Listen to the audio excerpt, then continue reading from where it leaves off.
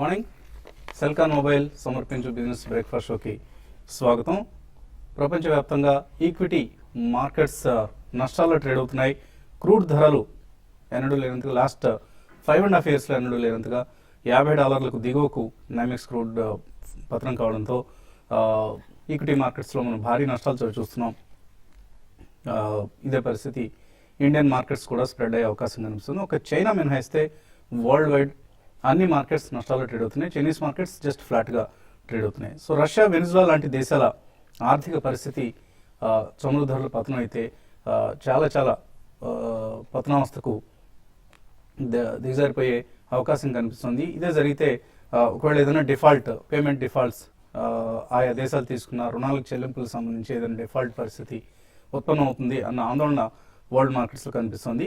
So దీంతో equity markets last night US markets భారీ నష్టాలతో క్లోజ్ అయ్యాయి. డౌ జోన్స్ ఆల్మోస్ట్ 330 పాయింట్ల నష్టంతో క్లోజ్ అయింది. అలాగే S&P 500 ఇండెక్స్ కూడా నష్టాలతో క్లోజ్ కావడం చూస్తున్నాం. సో ఇదే పరిస్థితి మన SGX నిఫ్టీని కూడా వెంటాడుతోంది. సో SGX నిఫ్టీ ఇండికేట్ చేస్తుంది గ్యాప్ డౌన్ ఓపెనింగ్కు మార్కెట్ సిద్ధమవుతున్నట్లుగా. అండ్ యూఎస్లో 10-year బాండ్ yields 2% పడిపోయాయి, 2.02 ఫ్యాక్ట్. సో ఈ పరిస్థితిలో నిన్న 8450 నుంచి వెనుదిరిగిన ఇండియన్ మార్కెట్ NSE నిఫ్టీ కూడా గ్యాప్ డౌన్ ఓపెనింగ్ కోసం సిద్ధమవుతోంది. ఒక చిన్న కరెక్షన్ ఆర్ 8200 దగ్గర సపోర్ట్ తీసుకుంటుందని నేను కూడా మనం అనుకున్నాం. 8200 లాంటి లెవెల్ను టచ్ చేస్తుందా లేక ఎంతవరకు ఇది కరెక్షన్ ఉంటుంది అన్నది మనం ఇతిమితంగా చెప్పలేని పరిస్థితి. సో మేబీ ఈ డిక్లైన్ ఒక బయింగ్ ఆపర్చునిటీకి తీసుకోవడం మినహా మనం చేయగలిగినే లేదు. సో ప్రతి 5% కరెక్షన్ను ఒక బయింగ్ ఆపర్చునిటీకి తీసుకోవచ్చు. ఎందుకంటే మనం ఒక లాంగ్ టర్మ్ బుల్ మార్కెట్లో ఉన్నాం. గ్లోబల్ క్రైసిస్ లాంటివి వచ్చినప్పుడు ఎందుకంటే ఇది మనకు సంబంధం లేని విషయం. ఇన్ఫ్యాక్ట్ క్రూడ్ ప్రైసెస్ పడిపోవడం అనేది ఇండియన్ ఎకానమీకి సంబంధించి ఒక సానుకూలమైన పాజిటివ్ డెవలప్మెంట్. సో మన ఇంపోర్ట్ బిల్ తగ్గుతుంది, మన కరెంట్ అకౌంట్ డెఫిసిట్స్ అలాగే ఫిజికల్ డెఫిసిట్స్ ఇవన్నీ కూడా తగ్గుతాయి. సో అండ్ రూపీకి కొంత స్ట్రెంగ్త్ వస్తుంది. But still all global markets పడుతున్నప్పుడు ఇండియన్ మార్కెట్స్ కూడా ఆ బాటలోనే ప్రయాణించడం జరుగుతుంది. కాబట్టి సో ఎటువంటి కరెక్షన్ అయినా సరే మనం ఒక బయింగ్ ఆపర్చునిటీకి తీసుకోవచ్చు. ఇండియన్ ఎకానమీకి సంబంధించి ఎటువంటి నెగిటివ్ డెవలప్మెంట్స్ లేని సమయంలో వచ్చే కరెక్షన్స్ను డెఫినెట్గా బయింగ్కి అనుకూలంగా తీసుకోవచ్చు. ఆఫ్ కోర్స్ ఎర్నింగ్ సీజన్ ప్రారంభమవుతుంది. శుక్రవారం నుంచి ఇన్ఫోసిస్ టెక్నాలజీస్ రిజల్ట్స్ తో Q3 రిజల్ట్స్ సీజన్ ప్రారంభమవుతుంది. సో ఎటువంటి రిజల్ట్స్ని కంపెనీస్ ప్రకటిస్తున్నాయి అన్న అంశాన్ని జాగ్రత్తగా గమనించి, ఎందుకంటే ఒక ప్రీ బడ్జెట్ ర్యాలీ అనేది డెఫినెట్గా వస్తుంది. ప్రీ బడ్జెట్ ర్యాలీకి ముందు వచ్చే కరెక్షన్ డెఫినెట్గా బయింగ్ ఆపర్చునిటీ అవుతుంది. సో ఇందులో పెద్ద లాజిక్ కూడా ఏమీ మనం చూడాల్సిన అవసరం లేదు. అండ్ FII బిహేవియర్ ఒకసారి చూస్తే నిన్న 472 కోట్లు క్యాష్ మార్కెట్స్లో కొనుగోలు చేశారు. Domestic institutional investors as usual opposite డైరెక్షన్లో బిహేవ్ చేస్తారు. కాబట్టి 576 crores వర్త్ స్టాక్స్ను క్యాష్ మార్కెట్స్లో అమ్మడం చూసాం. సో ఇందాక అంటున్నట్లుగా ఒక్కొక్క సెక్టర్ నుంచి లీడర్స్ని ఐడెంటిఫై చేసి తీసుకుంటూ స్టాక్ పికింగ్ చేస్తే పోర్ట్ఫోలియోస్ని రూపొందించుకుంటే మంచి ఫలితాలు ఉంటాయి.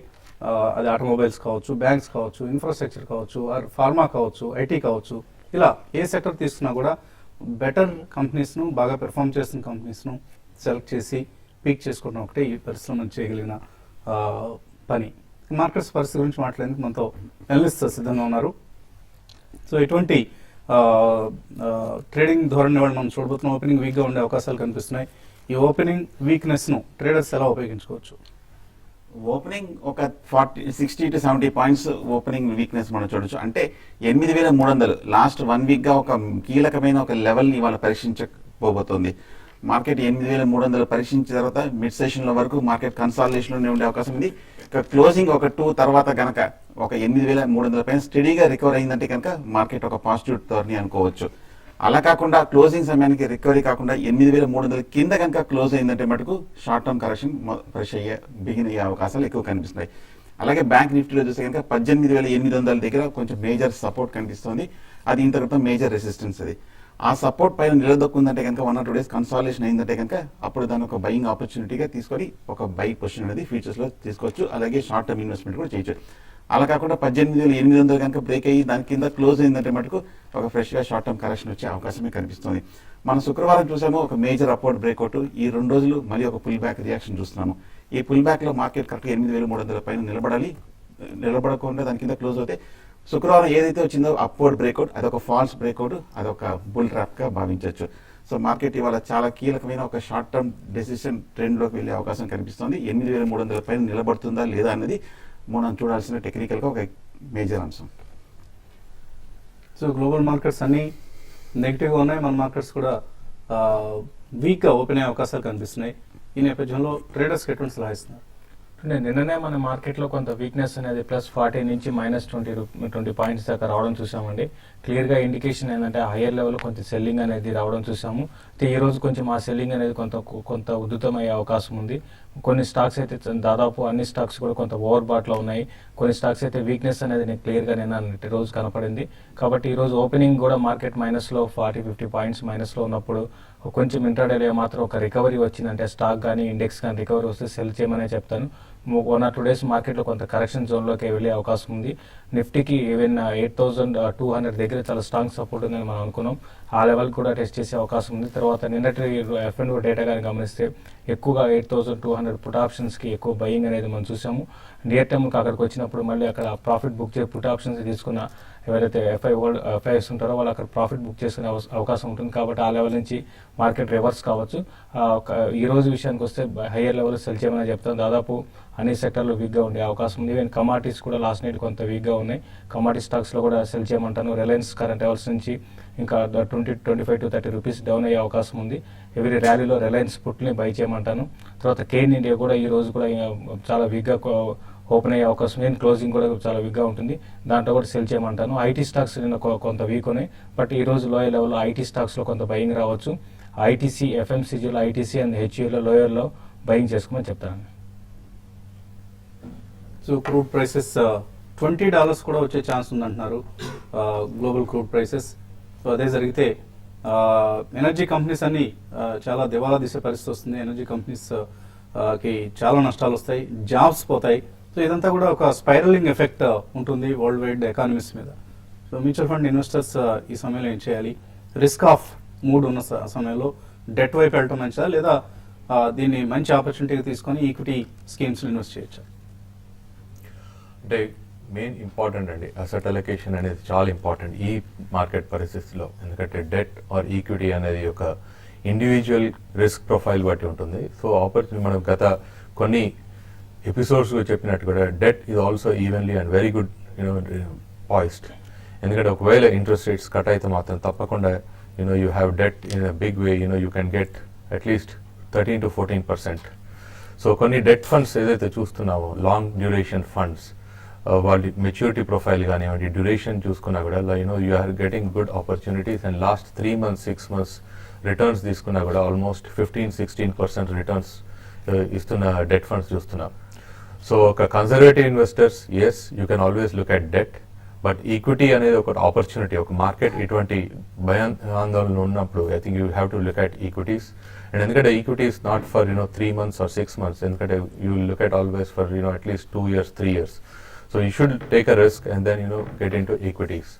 అండ్ మంచి స్కీమ్స్ ఏవైతే మనం చెప్పామో లార్జ్ క్యాప్ ఫండ్స్ కానివ్వండి, డైవర్సిఫైడ్ ఫండ్స్ కానివ్వండి, ఆర్ మల్టీ క్యాప్ ఫండ్స్ ఏవైతే చెప్పామో you get in to those schemes, you will get good returns.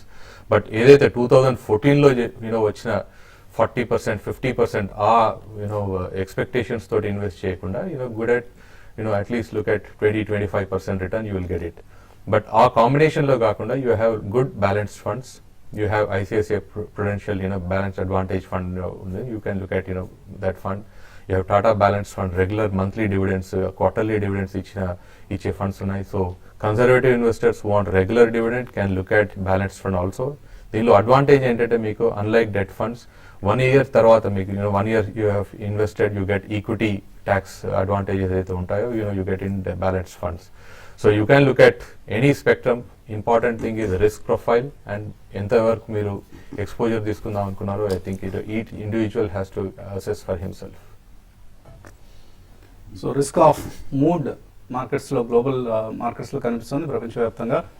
And US అన్నిటికంటే ప్రధానమైన ఇండెక్స్ ఇటువంటి ప్యానిక్ మార్కెట్స్లో ఉంది అన్న దానికి 10-year treasury bond US markets సంబంధించి ఇందాక అనుకున్నట్లుగా 2% సమీపంలో ట్రేడ్ అవుతుంది ఇది. సో ఇది కొంత ఆందోళన కలిగించే అంశం. అండ్ ఆఫ్ కోర్స్ సిఎన్ఎన్ మనీకి ఫియర్ అండ్ గ్రీడ్ ఇండెక్స్ అనేది ఒక ఇండెక్స్ కూడా ఉంది. సో ఆ ఇండెక్స్ వారం క్రితం న్యూట్రల్గా ఉంటే ప్రస్తుతం ఫియర్ వైపుకు వెళ్ళింది. So CNN Money's fear and greed index. So బాగా బులిష్గా ఉన్నప్పుడు గ్రీడ్ వైపు వెళ్తూ ఉంటుంది ఆ ఇండెక్స్, బేరిష్గా ఉన్నప్పుడు ఫియర్ వైపు వెళ్తూ ఉంటుంది. సో చాలా కేర్ఫుల్గా వాచ్ చేయాల్సిన so opportunity when it is into fear fear బాగా ఎక్కువగా ఉన్నప్పుడు బయింగ్ ఆపర్చునిటీగా తీసుకోవాలి. అలాగే గ్రీడ్ బాగా పెరిగింది, ఆ ఇండెక్స్ గ్రీడ్ని బాగా ఇండికేట్ చేస్తుంది అన్నప్పుడు సెల్లింగ్ ప్రాఫిట్ బుకింగ్ అనేది శ్రేయస్కరం. అండ్ గోల్డ్ స్ట్రాంగ్గా ట్రేడ్ అవుతుంది. రిస్క్ ఆఫ్ మూడ్ వచ్చినప్పుడల్లా గోల్డ్ను ఒక హెడ్జింగ్ అసెట్గా సేఫ్ హ్యావెన్గా భావిస్తారు. సో గోల్డ్ ప్రైసెస్ ప్రస్తుతం $1,203 దగ్గర ఔన్స్ బంగారం ట్రేడ్ అవుతుంది. వన్ మార్కెట్స్లో కూడా ఇవాళ గోల్డ్ స్ట్రెంత్ పుంజుకునే అవకాశం ఉంది. కాలర్స్ లైన్ ఉన్నారు. బెంగళూరు నుంచి మధు ఫస్ట్ కాలర్. హలో అడగండి Madhu. Sir good morning all of you sir. Morning అడగండి. సార్ నా పోర్ట్ఫోలియోలో Bank of Baroda, SBI, Capital First, JK tyre and Godrej Industries ఇవి ఉన్నాయి సార్. నేను హోల్డ్ చేస్తాను ప్రజెంట్. ఓకే సార్ నేను ఇప్పుడు ఈ రోజు తీసుకోవాలనుకుంటున్నాను sir. HFCL, Grauer and Weil and Himat Singh Seide ఈ మూడు తీసుకోవాలనుకుంటున్నాను సార్. ఈ మూడు తీసుకోవచ్చా లేదంటే ఏదైనా ఇన్ఫ్రా వెళ్ళొచ్చా అది సజెషన్ ఇవ్వండి సార్.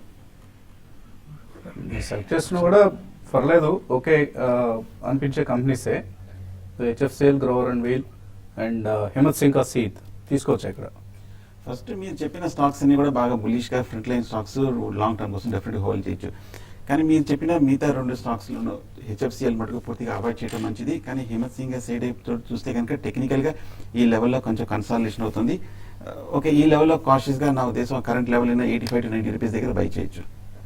అలాగే గ్రోవర్ అండ్ వీల్ కూడా మీరు డిక్లైన్స్లో తీసుకోండి. మేబీ ఇప్పుడు ఒక 5 to 10% లాంటి కరెక్షన్ సంభవిస్తే ఈ సమయంలో తీసుకోవడానికి అనుకున్న stock. It will yield you better results in the next 1 to 2 years. మరిన్ని కాల్స్ తీసుకోబోయే ముందు కాసేపు ప్రకటనలు.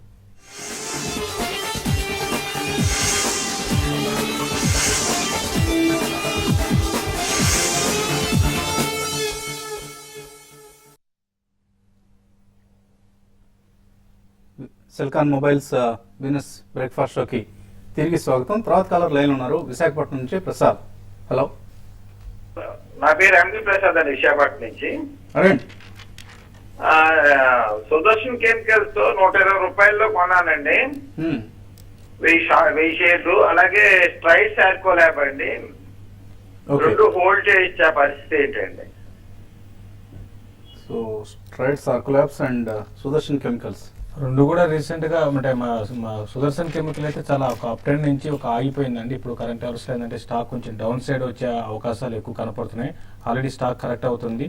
నేను కూడా మీరు లాంగ్ టర్మ్ కోసం అయితే మీరు హోల్డ్ చేయండి. ఇది ఫండమెంటల్ గుడ్ కంపెనీ అండి, బట్ కొంత ఎక్స్పెన్సివ్ కనపడుతుంది ఈ లెవెల్లో. దాదాపు రీసెంట్గా చూస్తే ఆల్మోస్ట్ అన్ని chemicals and dyes and pigment companies అని కూడా బాగా ర్యాలీ చూసాం. ఈ మధ్యకాలంలో ఆగిపోయింది, కొంత టైం పడుతుంది మళ్ళీ స్టాక్ మళ్ళీ రీబౌండ్ కావాలండి. ప్రెసెంట్గా అయితే కొంచెం వీక్గా ఉండే అవకాశమే ఎక్కువ ఉంది. తర్వాత మీరు అడిగిన ఫార్మా కంపెనీ స్ట్రైట్స్ ఆర్కరాబ్ రీసెంట్గా ఇది స్ప్లిట్ అయిన తర్వాత కొంచెం ఇంతకు ముందున్న మూమెంటం అయితే లేదు. ఇది కూడా ఫండమెంటల్ చాలా స్ట్రాంగ్ ఉందండి. ఇది ఈ కరెంట్ అవర్స్లో మీరు హోల్డ్ చేసుకోమని చెప్తాను. తర్వాత కాలర్ కిరణ్ లైన్ ఉన్నారు. Hello Kiran. Hello. Okay, call cut అయింది. చాలా ఈమెయిల్స్ వచ్చాయి, సో కొన్ని ఈమెయిల్స్ అయినా మనం తీసుకునే ప్రయత్నం చేద్దాం. నరేంద్ర అడుగుతున్నారు, ఎస్ఐపి పద్ధతిలో ట్యాక్స్ ప్లాన్స్ను, ట్యాక్స్ ఎగ్జామ్షన్ ఇచ్చే ప్లాన్స్ను రికమెండ్ చేయమంటున్నారు. ఈఎల్ఎస్ఎస్ స్కీమ్స్ అంటామండి ఇవన్నీ ట్యాక్స్ ప్లాన్స్ కూడా. So ELSS schemes you have got in ఫిడిలిటీలో, you have got at Fidelity it is right now ఎల్ఎన్టీలో ట్యాక్స్ అడ్వాంటేజ్ ఫండ్ ఉంటుంది. సో ఐసిఐసిఐ ప్రుడెన్షియల్లో కూడా ట్యాక్స్ సేవర్ ఉంది, హెచ్డిఎఫ్సిలో tax. So any of this tax saver you can do it. But ఒకటి గమనించాలి ఏంటంటే each SIP is locked in for 3 years. So if you can wait that long, that is good. Otherwise I would suggest is 3 to 4 installments in tax funds is better. అలాగే ట్యూస్డేని పూర్తిగా business breakfast mutual ఫండ్స్కే కేటాయించినట్టు గోపీకృష్ణ అడుగుతున్నారు. And BNP Paribas mid cap mutual fund, Reliance small cap mutual fund, ఈ రెండు 3 years కోసం SIP 3000 రూపాయలు ఒక్కో స్కీమ్లో చేయొచ్చా? గతం 1 ఇయర్ ఆర్ 2 ఇయర్స్ రిటర్న్స్ చూసుకొని ఇన్వెస్ట్ చేద్దాం అంటే అది తప్పండి. ఎందుకంటే Reliance small cap last 1 year performance has been almost 100%. So 100% చూసి ఇప్పుడు ఎస్ఐపి చేద్దాం అంటే తప్పు. So I would suggest diversified funds as SIP for next 3 years. So if you choose 2 or 3 funds, then one fund can be mid cap or small cap fund. Can continue only as small cap, mid cap ante I would not suggest. So రెండు కూడా అవే select చేస్తున్నారు మీరు, ఒకటి large cap ఒకటి mid cap fund select చేసుకుంటే మంచి result వస్తుంది. Caller line ఉన్నారు, కిరణ్ లైన్ ఉన్నారు. హలో హలో అండి, నేను ఫ్రాంక్లిన్ టెంపుల్టన్ నుండి హై గ్రోత్ కంపెనీ ఫండ్ ఒకటి గ్రోత్ తీసుకున్నానండి. స్మాల్ కంపెనీస్ ఫండ్ తీసుకున్నానండి. సో వచ్చేసి మంత్లీ 1000 రూపీస్ చేస్తున్నాను సార్. ఓకే 5 years హోరైజన్ పెట్టుకొని చేస్తున్నానండి. సో ఈ గ్రోత్ ఎలా ఉంటుంది అని సార్ ఒక స్టాక్ విప్రో స్టాక్ తీసుకున్నాను సార్. అది మంత్ రిజల్ట్స్ ఉన్నాయని చెప్పి తీసుకున్నాను ట్రేడింగ్ కోసం అని చెప్పేసి. సో దాని అవుట్లుక్ ఎలా ఉంటుంది? విప్రో తీసుకున్నారా? అవునండి. Okay, Franklin Templeton high growth companies scheme లో చేశారట. It's a good fund and a consistent fund for last 2 to 3 years. So you can continue your SIPs, but don't try to stop your SIP after 2 years. So minimum of 5 years మీరు ఏదైతే అంటున్నారో I think that's a good objective. So continue for next 5 years. I would suggest probably more than 5 years, at least 10 years for any of the SIPs. ఇంకోటి విప్రో గురించి అడిగారండి. Wipro recent గా చూస్తే చాలా compare to other IT companies చాలా strong ఉందని చెప్పాలి, స్టడీగా ఉందని చెప్పాలి. 580 దాకా మీరు ట్రేడింగ్ కోసం తీసుకున్నారు కాబట్టి ఇమీడియట్ టార్గెట్ అయితే అరౌండ్ 580 దాకా వెళ్ళొచ్చండి. 552 క్యాష్ దగ్గర స్టాప్ లాస్ పెట్టుకుని హోల్డ్ చేయండి. రిజల్ట్ ముందు ఇన్ఫోసిస్ రిజల్ట్ ముందు వరకు స్టాక్ ని హోల్డ్ చేయమని చెప్తాను. లాస్ట్ కాల్ స్వామి హైదరాబాద్ నుంచి. హలో హలో, నమస్తే సార్. నమస్తే అండి, అడగండి. సార్ ఈ క్రూడ్ నేచురల్ గ్యాస్ ఏం సార్ ఇంకా డౌన్ అయ్యే మీ పొజిషన్స్ ఉన్నాయా మీకు? హలో, నేను బయట చేద్దామని అనుకుంటున్నాను. ఇప్పుడు కొందాం అనుకుంటున్నారా? వెయిట్ చేయండి, బాగా బాగా పతనావస్థలో ఉన్నాయి వరల్డ్ వైడ్. అలాగే సార్. ఫస్ట్ టైం $50 కిందకు వచ్చింది నైమెక్స్ క్రూడ్. కొద్దిగా ఆఫ్కోర్స్ తర్వాత మళ్ళీ ఒక $1 పెరిగింది అనుకోండి లోవర్ లెవెల్కి వచ్చిన తర్వాత. బట్ స్టిల్ వీక్నెస్ కొనసాగుతుంది అంటున్నారు. అవాయిడ్ చేయండి ప్రస్తుతానికి, buying positions long positions avoid చేయండి, క్రూడ్ కావచ్చు ఈవెన్ న్యాచురల్ గ్యాస్ అయినా కూడా. అండ్ ప్రాజ్ ఇండస్ట్రీస్, మయూర్ యూనికోటర్స్ ఈ రెండు తీస్తున్నారు విజయకృష్ణ. ప్రాజ్ ఇండస్ట్రీస్ 61లో, మయూర్ 425లో. ఏం చేయాలి? రాజ్ కరెక్ట్ గా సపోర్ట్ దగ్గర తీసుకున్నారండి. కాకపోతే ఈ లెవెల్లో 60 to 80 రూపీస్ మధ్యన ఒక మేజర్ సైడ్ వేస్ రేంజ్ లో మూవ్ అవుతుంది. టెక్నికల్ గా కొంచెం ఇంకా ఇండస్ట్రీస్ గా కనిపిస్తుంది. ప్రస్తుతానికి హోల్డ్ చేయండి. అలాగే మయూర్ యూనికోటర్ చూస్తే కనుక అదే పరిస్థితి 6 నెలలు బట్టి ఇదే రేంజ్ లో కొంచెం కన్సాలిడేషన్ అవుతున్న స్టాక్ అనమాట. కరెక్ట్ గా 400 మేజర్ సపోర్ట్ పైన కనిపిస్తుంది. 400 కనుక బ్రేక్ అయిందంటే short term medium term correction వచ్చే అవకాశం ఉంది. హోల్డ్ చేయండి. శివ్ కౌశిక్ 6 సంవత్సరాల కోసం నెలకు ₹5,000 చొప్పున ఎస్ఐపి చేస్తారట. మ్యూచువల్ ఫండ్ రికమెండ్ చేయమంటున్నారు. You can look at ICICI Prudential Dynamic Equity Plan or Franklin India Prima Fund. These two are funds. One is a multi-cap fund, other is a mid-cap and small cap. So you can look at both of these funds. అలాగే దేశ్ ముఖ్ అడుగుతున్నారు, Reliance banking fund ఇందులో SIP చేయొచ్చా? చేస్తే ఎన్ని సంవత్సరాల కోసం చేయాలి? Any SIP and I think thumb rule minimum of 5 years, then thereafter another 5 years, at least 10 years time frame lo untene cheyochu. So Reliance Banking Fund is a good sectoral fund, but I would not suggest a sectoral fund. If you have core portfolio oka multi cap fund, large cap diversified funds unte matram, then you can get into a satellite portfolio and a banking fund. But to start off with, you should have a core portfolio into a diversified or a multi cap equity schemes. So మీకు ఇంకా ఇంతకుముందు ఎటువంటి investment experience ఉందో రాస్తే దాన్ని బట్టి ఇంకొంచెం better suggestion ఇవ్వచ్చు. జేబీ కెమికల్స్ ₹232 హోల్డ్ చేస్తున్నారు కృష్ణకుమారి. టిష్మన్ ఫార్మా 168లో హోల్డ్ చేస్తున్నారు. ఏం చేయాలి? రెండు కూడా హోల్డ్ చేయండి. అంటే జేబీ కెమికల్స్ కొంత ఇప్పుడు వీక్నెస్ నుంచి కొంత స్ట్రాంగ్ గా రావడానికి అవకాశం ఉంది. కరెంట్ లెవెల్స్ నుంచి అరౌండ్ 220 కానీ క్రాస్ అయిందంటే మాత్రం జేబీ కెమికల్స్ మళ్ళీ 240 to 250 లెవెల్స్ టెస్ట్ చేయొచ్చండి. సతీష్ పాండి ఆక్సైడ్స్ తీసుకుందాం అనుకుంటున్నారు, కరెంట్ రేట్లో తీసుకోవచ్చా? పాండి ఆక్సైడ్ చూస్తే కనుక కరెక్ట్ గా ఈ లెవెల్లో కొంచెం కరెక్షన్ చూస్తున్నామండి. ₹60 నుంచి తగ్గుతూ కరెక్ట్ గా ₹40 దగ్గరికి పట్టడం జరిగింది. బట్ అంతకృతం మనం భారీ ర్యాలీ కూడా చేశాము గింజలు ₹20 నుంచి. సో ప్రస్తుతానికి అయితే అవాయిడ్ చేయండి. ఏమైనా కొంచెం డిప్ లో వస్తాక బై చేయొచ్చు. Closer to 40. పాండి ఆక్సైడ్ డిమెర్జ్ చేస్తున్నారు పిఓసిఎల్ ఎంటర్ప్రైజెస్ అనే కంపెనీ కూడా. Next date 8th January. So 8th January అంటున్నారు కాబట్టి మీకు వస్తాయి. మీరు ఆ ఉద్దేశంతో అయితే తీసుకోండి. ఇవి కూడా రావాలి ఈ షేర్స్ కూడా అన్న ఉద్దేశంతో అయితే తీసుకోండి. అదర్వైజ్ రెండు స్ప్లిట్ అయిన తర్వాత కూడా మీరు దాన్ని రెండింటిని ఎక్కువ చేయొచ్చండి. అంత పెద్ద హడావుడిగా ఎగబడి తీసుకోవాల్సినటువంటి కంపెనీస్ ఏం కావాలి. మేఘరాజ్ అడుగుతున్నారు, కేన్ ఇండియా 250లో కొన్నారు, హోల్డర్ ఎగ్జిట్. చూడండి ఇప్పుడు ఏ టైంలో అయితే ఇంకా కేన్ ఇండియా పెద్ద పెరిగే అవకాశమే లేదండి. కాబట్టి మీరు బెటర్ ఏంటంటే స్టాక్ని ఎగ్జిట్ అయిపోయి వేరే దాంట్లో ఇన్వెస్ట్ చేసుకోమని చెప్తారండి. టాటా స్టీల్ ఫ్యూచర్స్ 423లో తీస్తున్నారు వెంకటేశ్వరరావు, ఏం చేయాలి ఇప్పుడు? హోల్డ్ చేయండి, కరెక్ట్గా 400 దగ్గర స్ట్రాంగ్ సపోర్ట్ ఉంది. బట్ కానీ ఇవాళ క్లోజింగ్ రికవరీ కాకపోతే ఎగ్జిట్ అయిపోవడం మంచిది.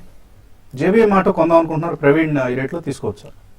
జేబీఎం ఆటో ఈ రేట్లో కన్నా మీరు వెయిట్ చేయండి. స్టాక్ ఇంకా కొంత అరౌండ్ 180 లెవెల్స్ దాకా రావచ్చు, అక్కడ మీరు బై చేసుకోవచ్చు. మంచి ట్రేడింగ్ ఆపర్చునిటీస్ ఇస్తుంది, తగినప్పుడు తీసుకుంటూ ఉండండి. అలాగే హైయర్ లెవెల్స్ అమ్ముకోవడానికి కూడా స్టాక్ మంచి ఆపర్చునిటీ ఇస్తుంది. సాయి నితిన్ అడుగుతున్నారు, జీవీకే పవర్ అండ్ ఇన్ఫ్రా 925లో కొన్నారు, 3 months హోల్డ్ చేద్దాం అనుకుంటున్నారు, చేయొచ్చా? ఇంచుమించు కరెంట్ రేట్లోనే ర్యాలీ వస్తే కనుక ఎగ్జిట్ అవ్వడం మంచిది. ఓవరాల్గా కొంచెం వీక్గా ఉన్న స్టాక్ టెక్నికల్గా. ఏపూర్ శ్రీకాంత్ జేపీ అసోసియేట్స్ 3650లో ఉన్నాయి, ఏం చేయాలి? ఉన్న పొజిషన్ అయితే ప్రస్తుతం హోల్డ్ చేయండి. అంటే క్లోజర్గా మీ రేట్కి వచ్చినప్పుడు మీరు దీంట్లోంచి ఎగ్జిట్ కమ్మని చెప్తారండి. Narendra Kumar SBI shield insurance, దీని గురించి ఎక్స్ప్లెయిన్ చేయమంటారు. ఎస్బీఐ లైఫ్ వాళ్ళది మీరు ఏమైనా ట్రాక్ చేస్తున్నారు, షీల్డ్ ఇన్సూరెన్స్ అట? లేదండి, ఐ థింక్ ఫైనల్ డీటెయిల్స్ లేదు. But I think any insurance company కొంచెం final details what features I think I have to look into it. I will get back on the mail. So maybe next week or even mail రూపంలో మీకు సలహా ఇచ్చే ప్రయత్నం చేస్తారు. Vishnu USA నుంచి recommend చేస్తున్నారు, ఆయన కూడా ఒక సలహా ఇస్తున్నారు. Recommend below slogan, by when everybody is selling, cell when everybody is buying. మంచి సూక్తేనండి, కానీ చేయడమే, ఇంప్లిమెంటేషనే చాలా కష్టం. సో అందరూ కొంటున్నప్పుడు అమ్మడం, అందరూ అమ్ముతున్నప్పుడు కొనడం అనేది కాంట్రా అంటాం, కాంట్రేరియన్ థియరీ, ఇది కాంట్రేరియన్ అప్రోచ్. సో అది అప్లై చేయడం కష్టం. సమ్టైమ్స్ అందులో కూడా నష్టాలు వస్తుంటాయి. బాగా బుల్ మార్కెట్లో అందరూ కొంటున్నారు కదా మనం అమ్మామంటే నష్టపోతాం. అలాగే అందరూ అమ్ముతున్నారు ఎగబడి అన్న టైంలో బేరిష్ మార్కెట్స్లో మనం కొంటుపోతే అది కూడా నష్టానికి దారితీస్తుంది. సో దీనికి ఒక స్థిరమైన థియరీ అంటే ఏం లేదు. స్టాక్ మార్కెట్స్లో ఎప్పటికప్పుడు ఎస్ఐపి పద్ధతిలో ఇన్వెస్ట్ చేసుకుంటూ వెళ్ళటమే మనం చేయగలిగింది. ఇది వాళ్ళ బిజినెస్ బ్రేక్ఫాస్ట్ షో. మధ్యాహ్నం 1:30 స్మార్ట్ ఇన్వెస్ట్లో మళ్ళీ కలుద్దాం.